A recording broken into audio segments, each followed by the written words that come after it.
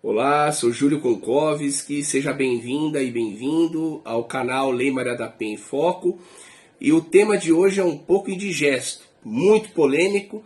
Então, antes de falar do tema, eu faço uma ressalva de que esse é um posicionamento meu, posicionamento técnico, que eu ponho a uma reflexão. Não se trata de um pensamento já consagrado e utilizado ultimamente, né?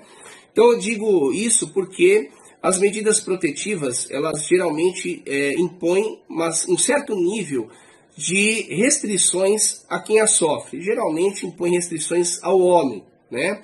Que é o maior violador das liberdades das mulheres, não tem a menor dúvida disso. E em razão dessas protetivas, impostas por um juiz ou por uma juíza, uma das restrições mais comuns é o distanciamento, né? E a proibição de contato com a vítima. Porém, venho observando que ao lado dessas restrições, alguns magistrados impõem ao homem restrições e obrigações a frequentar cursos de capacitação, de reflexão, de conscientização, né? São programas importantíssimos que visam explicar para o homem sobre a questão da violência de gênero. Enfim, isso é de fato uma conquista muito importante.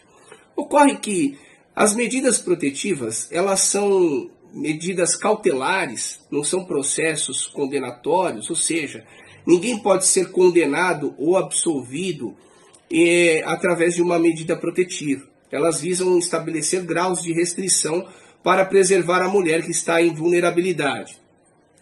E as medidas protetivas, elas também são deferidas, aplicadas, a partir da declaração unilateral de uma mulher que se diz vítima, né?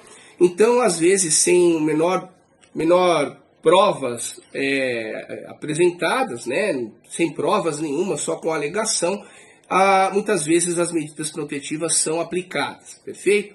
Então, o que eu penso sobre a imposição de participação de cursos e programas de conscientização e prevenção à violência, nesse âmbito das medidas protetivas, me parece um pouco exagerado, tendo em vista que eu entenda que seja um programa muito útil, mas aplicadas no nível das medidas protetivas, me parece um pouco abusivo e desproporcional, porque não se trata de uma condenação, né? E a imposição de você, do homem, participar de um curso ou de um programa desse, gera uma série de limitações, e essas limitações são, sim, de fato, equiparadas a uma pena, porque geram uma obrigação, geram um certo planejamento para a vida desse homem, né? Que sofre essa imposição. Então, me parece adequado que essas imposições sejam aplicadas no nível da pena criminal após o regular processo condenatório, com contraditório, enfim, com o devido processo legal, e não apenas no âmbito das medidas protetivas, porque são medidas cautelares, sem contraditório muitas vezes, e que levam em consideração tão somente a palavra da mulher que se diz vítima, né? Então me parece desarrazoado, inconstitucional, a imposição de frequência a cursos de conscientização e programas congêneres, né?